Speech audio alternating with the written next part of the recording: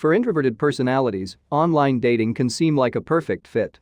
Rather than elbowing our way through crowded parties or shouting over the music at a bar, we can browse potential matches from the comfort of our very own homes and take as much time as we need to craft messages to people who catch our eye. But that doesn't necessarily make online dating fun or easy. It can be downright harrowing to put together a profile. And think about having to banter with a perfect stranger over chat or text messages. And all of that's before you even meet in person. The good news is that being an introvert does not make you really bad at attracting partners, and it doesn't mean that online dating has to suck. So, here are 3 steps to bring your full, authentic, beautifully introverted self to your online dating adventures, and maybe even have a good time doing it. Step 1: Make a profile. Just putting together a profile and seeing what happens doesn't work. Usually we chose the most flattering photos we could find and describing ourselves in a generic, non-threatening fashion. Like my interests are reading, hiking, and whatever else you think is cool. And that may work well, but none of those people can really get you because you are not showing your real you. Tip 1: Meet your own standards. Many introverts find it uncomfortable to share details of their lives or even pose for photos.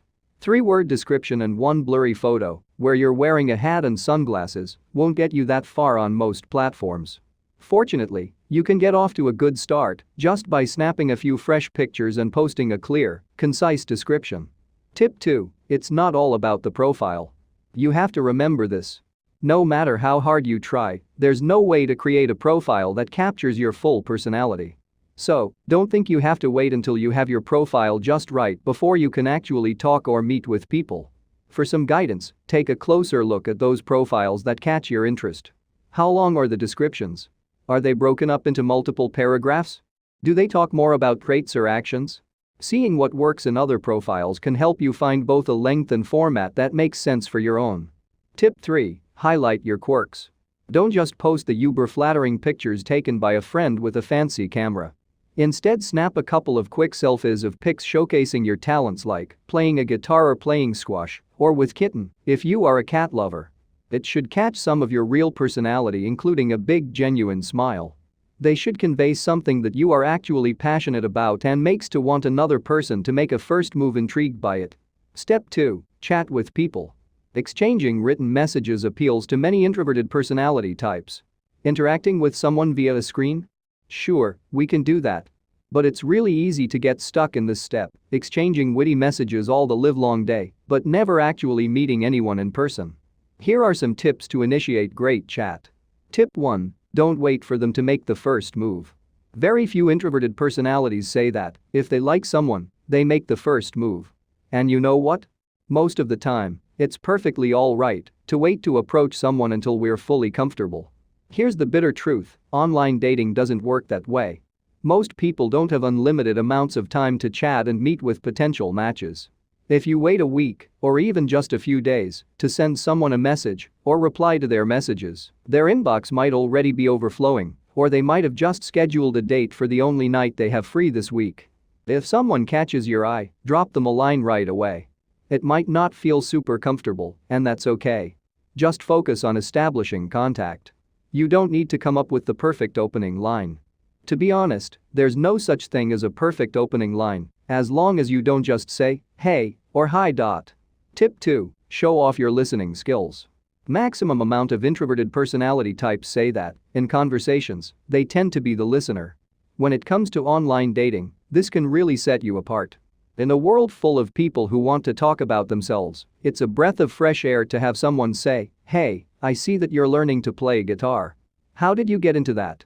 Step 3: The first date. Making it to this step is a good thing. But it might not feel that way right before you're scheduled to meet, when suddenly all you want is to crawl into bed just to chat. Compulsively checking your phone to see if the other person has cancelled is not a good way to prepare for first date. Here are some tips to get started for first date. Tip 1: Don't fret about being an introvert. Being an introvert means that you probably feel drained after extensive social interaction, and that can make dating seem all the more daunting. You might need to schedule some alone time to gear up for a first date, and afterward, you might need even more alone time to recover. Tip 2: Treat first dates as practice. You may feel awkward on your first dates, and that's okay, because you are stepping out of your comfort, and that can be a daunting task for us introverts. But when you treat your first few dates as practice, it takes out pressure out of you. Worried about that awkward silence? That's okay, you are practicing. Even if we mess up a whole lot of the first dates we go on, it probably doesn't matter. Step 4. The aftermath. The hours after a first date can be surprisingly stressful for introverts. You might mentally replay each moment in a conversation, wondering, was it super awkward to talk about video games? I mean, that's a valid conversation topic, right? Chances are, you'll also check your phone more than usual, hoping for a message about a second date. It's tempting to wait for the other person to get in touch first, especially if they seem relatively outgoing. But even for introverts, waiting on someone else can be really disempowering. Some dates won't work out, just like some relationships won't work out. At times, this fact won't bother you at all.